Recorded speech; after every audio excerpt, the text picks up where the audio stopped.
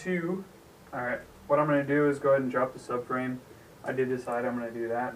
So you'll have your 2 front subframe mounts, which are in this case gone because I don't have the front panel on. I need to disconnect the shock here. And then I have my track rod ends already disconnected. And the reason for that is because the actual steering rack stays mounted to the body. Alright, I need to move the exhaust. I got to cut that zip tie there for the shift linkage. Need to disconnect this brake line here because it attaches to the body here and then to the subframe here. And then the tower bolts are here. This only has one, but on the earlier models you'll have 2 bolts that hold it in, and they're 2 smaller bolts. And then there's 2 subframe mounts in the back that attach to the floor pan, but mine are completely gone. As you can see, the whole subframe moves, so the only thing holding it in is these tower bolts. So I don't really need to do those. However, if yours is still good, go ahead and undo the 2 bolts on either one of those mounts that hold the subframe in. You can drop it. So I've gotten the brake line disconnected, the battery cable there, and I think that was it. I can't really remember, but oh yeah, the exhaust. I almost forgot about that. I got all that out of the way. The subframe's ready to be supported, and then for me to undo those top 2 tower bolts. Now when I drop it, the back end's going to want to go this way, towards the back of the car, because most of the weight's back there. But this is the first time I've really gotten to be able to get under the car and look at those, the subframe mounts in the back that mount to the floor pan, and I just want to show you exactly how bad they are and why this needs to come out. One of the many reasons this needs to come out. Alright, so right here, this is the mount that I need to replace. And I just want to show you exactly what it looks like when it is completely separated. It's supposed to mount here, these 2 bolts, and then these 2 bolts there. I'm going to show you just how bad this is. Yeah. So basically, the whole front end of the car was completely independent. So that's one of the reasons that it needs to come out. Alright, so I'm ready to undo these tower bolts.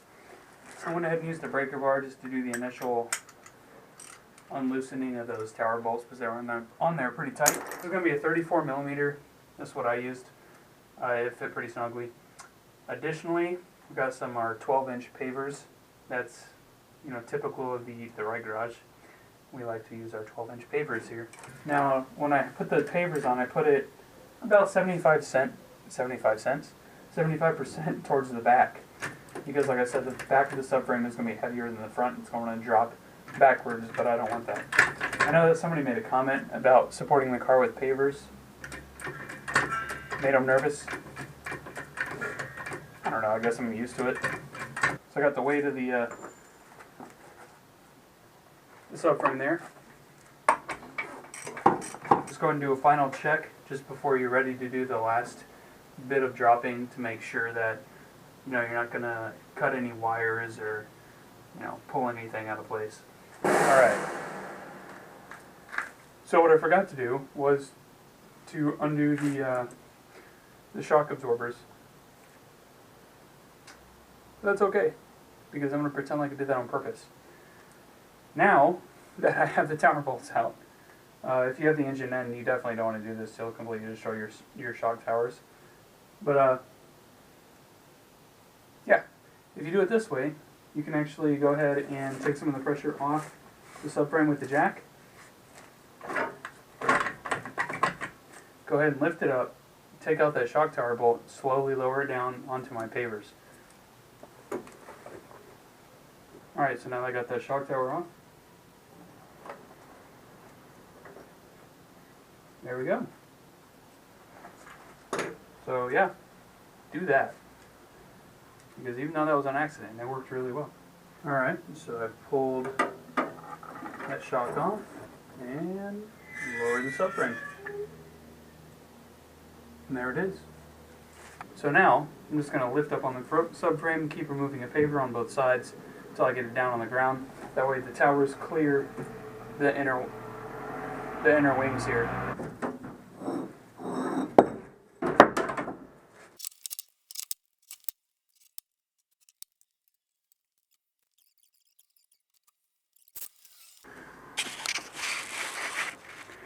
And there you have it. Here's the mounts that are actually supposed to be one piece. And the rest of the mount still on the car. Here's the steering rack that I'm replacing. It's actually twisted too. This is supposed to meet up here. But undo it from the inside. Yeah, you just undo it from the inside. It's kind of like an exhaust coupling. It's just a U-shaped piece of metal. Holds it in place. So I'll do the 2 bolts here, 2 bolts here. And then it's a spline that comes in here. We'll just pull it out. Stick the new one in. Got new track rod ends too. So these are going away. The reason is there was so much play in the steering wheel, especially on a Mini. That's not how it's supposed to be. These cars are known for their handling. Alright, so once you get those 4 bolts undone from these U-clips on the steering rack, once you're inside there, just give them a couple taps with a hammer. Should loosen them up enough to pull them out just like that. That one's kind of gross. I don't really want to get my hand in there. Alright, and then on the inside of the steering rack, or the steering column itself, there's a pressure clip. It's held on with, I believe it's a 7/16, if I can remember correctly. Undo that 7/16 bolt. It leaves a little pressure. You can stick a screwdriver in between where the two join together. See if you can get a little more room in there. Oh, perfect. And it should release the spline just like that. Alright, so I was cleaning off the bulkhead here. Just to get a look at the metal underneath. You know, this is good. This obviously needs a repair. Was not anticipated. I knew there was going to be rust on the bulkhead and told the owner that we'd probably need to patch it. This definitely needs a patch. Pretty bad. Especially this side. You know, and stuff like this, you know, grind it down, be good to go. But, this was all sealed solid here. Hopefully you can see this with the light. But this was completely sealed solid. It looked like solid panel just like this until I started taking the wire brush to it, or the wire wheel, and chunks started flying off. So took the screwdriver in there, found out that this whole panel here is not even attached to the car. It's glued on. The inside support for the door is gone, completely rusted out. Needs to be replaced very badly. The top bolt for the door hinge is broken off, so needs a new door hinge. But this core support's really bad. I was not anticipating that. I'm sure the rust goes all the way up underneath the scuttle panel on this side. I anticipated the scuttle panel being bad too, but they said they replaced the corners. Now that I'm looking at it, I don't think they replaced the corners. So it needs a new scuttle panel. And I'm sure this rust goes all the way up top, because that's usually where it starts. It gets in a leak down here and then runs down. So I'm going to have to get with the owner about exactly what they want to do at this point, if they want me to replace all of that. If they do, that means this panel is going to have to come off, the door's coming off, the scuttle panel's coming off, probably the inner dash is going to have to come out, and then I'll probably have to cut all the way up to the roof, and then maybe grind down into the roof and see how much of the roof is gone. Because I know there's filler in there too. So the initial plan just got a little worse. But I'm going to still work on it a little bit until I can get a hold of the owner, get them down here, and see what they want to do with it. Alright, I think I reached the stopping point for today. I'm glad I was able to cut that scuttle panel off because there's a lot of repair. Well, it's rubber. It's not even metal. Okay, there's a lot of repair work that needs to be done in the corners. Got some new gloves on. Anyway, there's also some firewall work that needs to get done. Up here in the corners looks alright, but I'll probably just replace that section there. Come over here, some more firewall. This corner once again looks okay, but I'll probably go ahead and replace it anyway since I'll be there. Inner wings are actually pretty solid, other than the patches that I already cut out that I need to replace. I might just go ahead and replace the front of this wing here. There's these grills, the air vents for the radiator.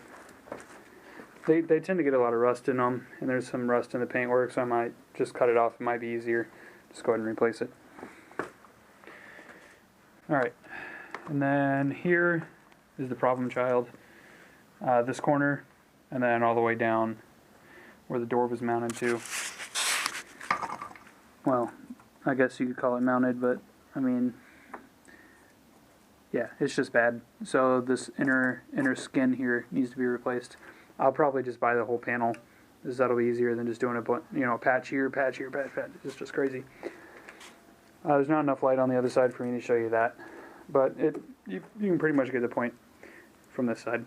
Side actually looks really solid, so I'm gonna clean it up. I went ahead and took a wire brush just around the holes where the most rust is likely. This panel is actually welded. Matter of fact, the panel here, I didn't even have to cut it. I pulled on it and it came off. So actually, correction, I cut up there where it welded to the top of the window frame up here. But the whole seam was completely unwelded. So yeah, it was glued on. Yeah, that door comes off real easy if you need to. It's just the 4 bolts. In my case, there was only 3, but it's the 4 bolts on the inside of the A panel, and then you just remove the pin that, there's the door stopper from it going too far open, if you have one. Yeah, and then the door just slides right off. Go ahead and do the pin first, shut the door, undo the 4 bolts, open the door, and it comes right off. Too easy. Anyway, thanks for another day of watching in the Right Garage. I hope you enjoyed this video and the progress we're making on the car. I'll keep the videos coming, especially in this car. It's going to be a fairly decent project. So, and if you have any questions or concerns, or you need help with removal of certain things, especially in this area, definitely let me know. And I can try to get to the answer as soon as possible. I read all the comments. I typically comment on them as fast as possible. Sometimes my phone's a little weird and won't let me comment. But thanks.